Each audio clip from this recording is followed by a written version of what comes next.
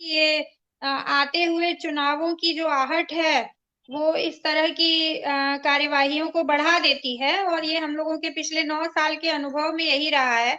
और इस बार चूंकि 10वां साल है और ये इतना काफी होता है किसी भी सरकार के और उसके मुखिया के कामकाज का जनता के मन पे आकलन के लिए और फैसला लेने के लिए। और जिस तरह से विपक्ष की सारी पार्टियां एक साथ आई हैं, और इनके अपने सर्वे के दौरान के माध्यम से भी इनको जो फीडबैक मिल रहा है उससे इनके अंदर बुरी तरह बौखलाहट और घबराहट है। और उसी घबराहट का परिणाम है कि एक ही दिन में पिछले परसों अभी हम लोग बात कर रहे थे कि 17 जगहों पर तमाम पत्रकारों, लेखकों, साहित्यकारों के घरों पर रेड की इन लोगों ने। और उसके बाद अब ये विपक्ष में एक जो सबसे मुखर आवाज है राज्यसभा के अंदर, उसको दबाने की कोशिश हो रही है। तो ये जो कार्यवाही है पूरी तरह से मैं इसकी भर्त्सना करती हूँ।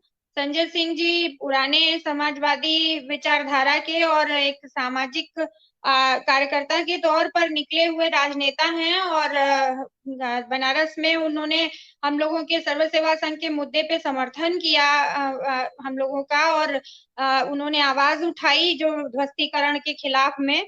तो इस समय जो उनके खिलाफ इस तरह की कार्यवाही हो रही है ये बिल्कुल निंदनीय है। और भारत जोड़ो अभियान की तरफ से भी मैं इसकी निंदा करती हूँ कि अगर आप इतने ही भ्रष्टाचार के खिलाफ हैं तो व्यापम घोटाला भी जांच करके उसमें भी सजा दीजिए। और आपकी जहां जहां सरकारों में और घोटाले हो रहे हैं, ये जो बुलडोजर घोटाला हो रहा है जिसमें जमीनों की लूट की जा रही है बिना किसी वैध आदेश के, उसका भी जांच कीजिए। और इतना ही है तो इस तरह से है तो एक तरफा कार्रवाइयां क्यों होती है, और क्यों ऐसे ऐसे गवाहियां दिलवाई जाती हैं जो लोग खुद अपने केस में फंसे होते हैं, उनकी गवाही पर ही केस खड़ा कर दिया जाता है। तो इस तरह की जो कार्रवाई है ये तो एकदम साफ है कि अब इस देश में लोकतंत्र नाम की चीज जो है केवल दिखावे के लिए और एक पार्टी के लिए स्वीकृति लेने के लिए रह गई है।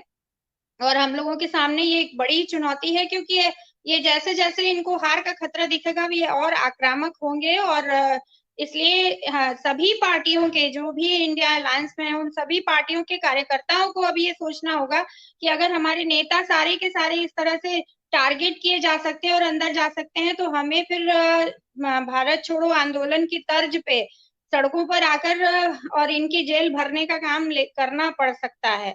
क्योंकि जिस तरह से आप देख रहे हैं कि विपक्ष के तमाम नेताओं को 6-6 महीना, साल-साल भर ये लोग इस तरह से जेल में डालते हैं।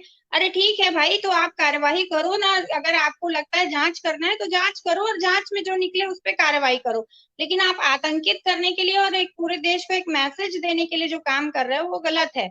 और जहां तक भ्रष्टाचार का सवाल है तो भ्रष्टाचार तो सबसे ज्यादा, सबसे पहले आपको अपने अपने पास जो फंड है और जो योजनाएं और वहां जो सवाल उठते हैं विपक्ष की तरफ से उस पे करनी चाहिए। क्योंकि अगर आप ट्रांसपेरेंट हैं और आप भ्रष्टाचार के खिलाफ हैं तो फिर आपको अपनी अपनी सारे चीजों को इतना हाइड करके क्यों रखना पड़ता है। पूरा पूरा विपक्ष एकजुट होकर बार बार जिन घोटालों की तरफ, अडानी का मामला हो या और तमाम चाहे वो विमान खरीद का मसला हो, सब पे सवाल उठाता रह गया, कभी कोई कार्यवाही नहीं होती है। तो ये तो संस्थाओं की अपनी क्रेडिबिलिटी का भी सवाल खड़ा हो गया ना। ईडी का चाबुक बन गया है और वो बस चलाते रहना है।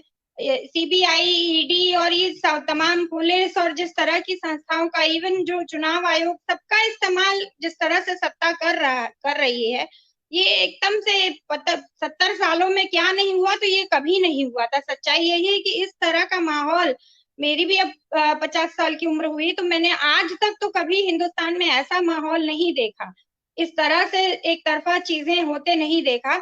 लोग चाहे, और ये सोचना हमारी ब्यूरोक्रेसी को भी चाहिए कि आप देश को किस दिशा में ले जा रहे हैं। आप सबसे ज्यादा हाईली क्वालिफाइड पढ़े लिखे लोग हैं और आपके अंदर कोई रीढ़ की हड्डी नहीं बची है, आपको ऊपर से आदेश आता है, आप नौकरी बचाने के लिए किसी के खिलाफ भी कार्रवाई करने लग जाते हैं।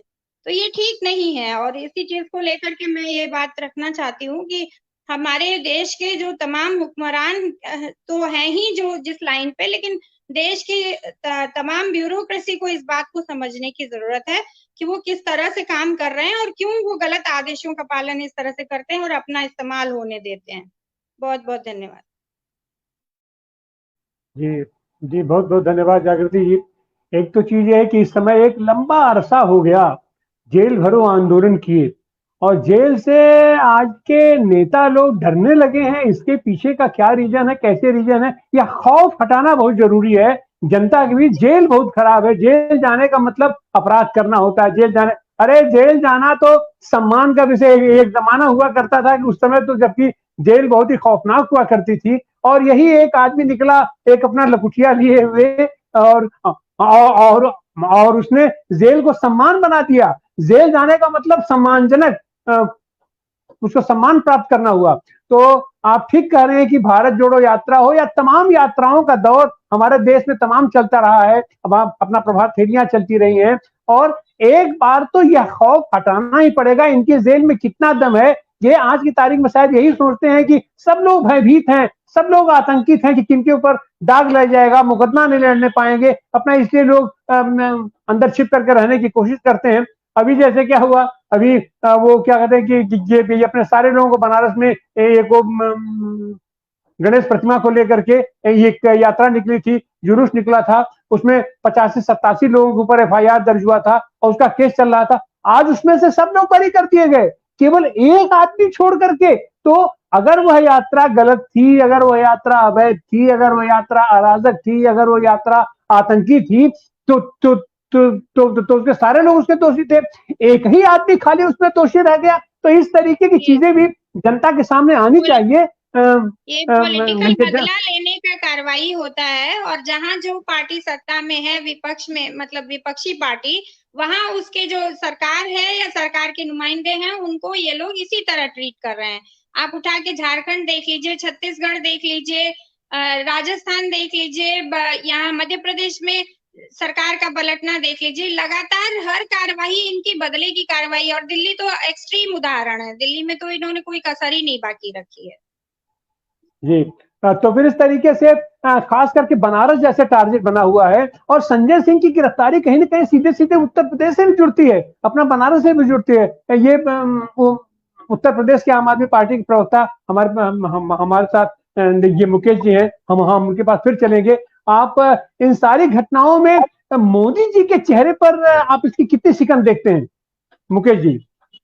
देखिए, मोदी जी को तो नींद उड़ा हुआ है, इसी वजह से ये कार्रवाई है। असल में मोदी जी पूरी तरह से बौखलाए हुए हैं, उनकी भाजपा पूरी तरह से बौखलाई हुई है। जिस तरह से संजय सिंह जी, मोदी, देखिए संजय सिंह जी वो शख्सियत है जो जिन्होंने सदन में मोदी अडानी भाई भाई देश बेच के खाई मलाई का नारा लगाया।